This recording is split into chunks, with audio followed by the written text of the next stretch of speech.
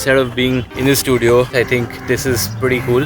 And the good thing is that I'm just on time for sunset. And this bad boy got a ride. My mini cycle. I'd actually bought this in a very ambitious manner, thinking that I'm going to ride this every single day. But unfortunately, looking at my schedules, I barely got a chance to ride it more than twice. Let's get to the point. We are here to see the behind the scenes of the BMW motorrad video. Before we actually get into it, might as well just spend a couple of minutes watching the commercial. Let's just go to YouTube and type in BMW motorrad 310 commercial and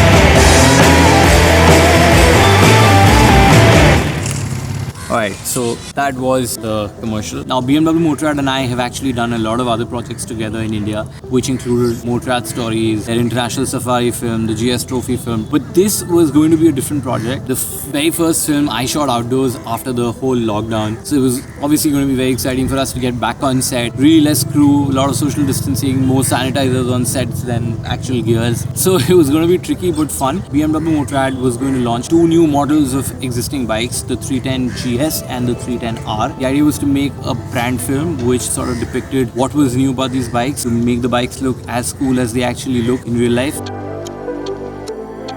It was the first time we were going to make a digital brand film for BMW Motorrad, so it was really exciting. BMW is very critical about where the bikes are riding on, the roads, the terrains, the places, and BMW has this style which has this really rustic, warm, very interesting, sleek feel. So the idea was to find locations which aren't really specific to one country. It then makes it easy for it to work as a global film. The primary location of this film is the warehouse, which is the place where the film opens.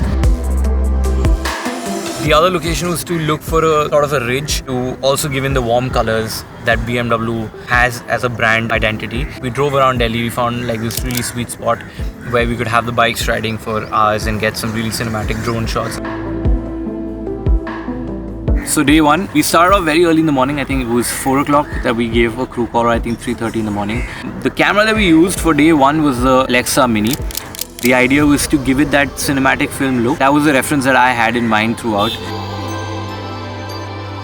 My cameraman Rahul and we jammed a couple of times before we went on set, so it was easier for us to know exactly what we want. We started off with the city shots early in the morning, drove through the NCR patches and got some really interesting shots. We got onto a car, opened the boot, and it was Rahul, me, one of my assistants.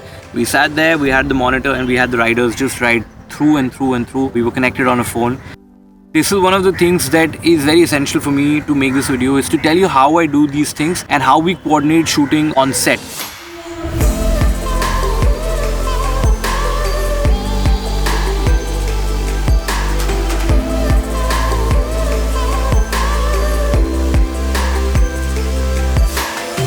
So there were these 2 specific shots that I really wanted to do. One was that of the shutter opening up, really slow. I thought that shot was like really cool and I really wanted to create that. So that was one of my shots that I told Rahul that we definitely need to create.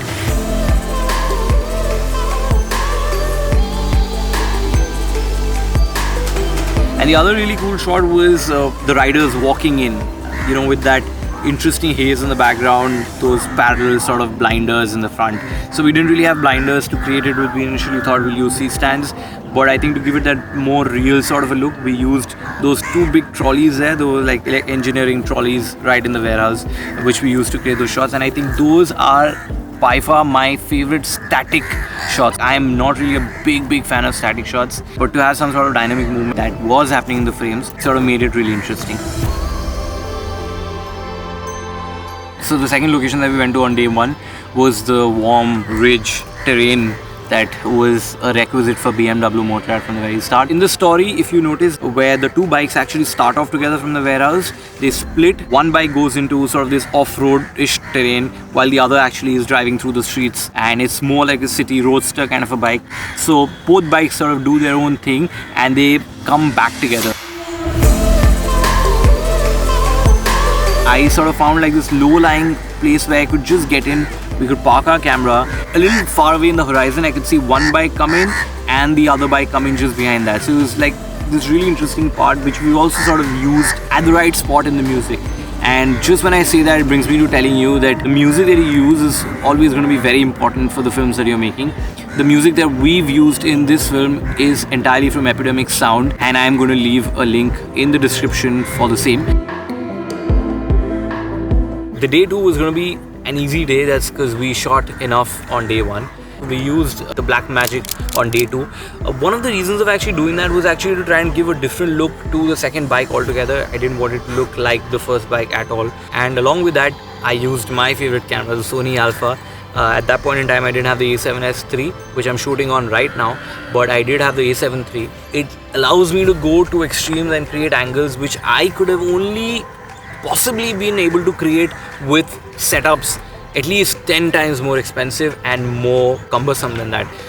When you have a camera this size and when you have the confidence of sort of holding it and you know you're comfortable with the camera, and we put it on a Ronin, and the idea was to get some very interesting shots of the GS actually off-roading and doing a little bit of, you know, what it does best. So splashing onto water, off-roading a bit, taking those turns and twists, and yeah, we got the GS shots really quick. Few of my shots that I remember was actually running and charging into the bike and the bike just quickly sort of crossing by you. So yeah, I mean, that's what it looked like. And just as I finish talking right now, you're gonna get to see the whole film again. So have a look.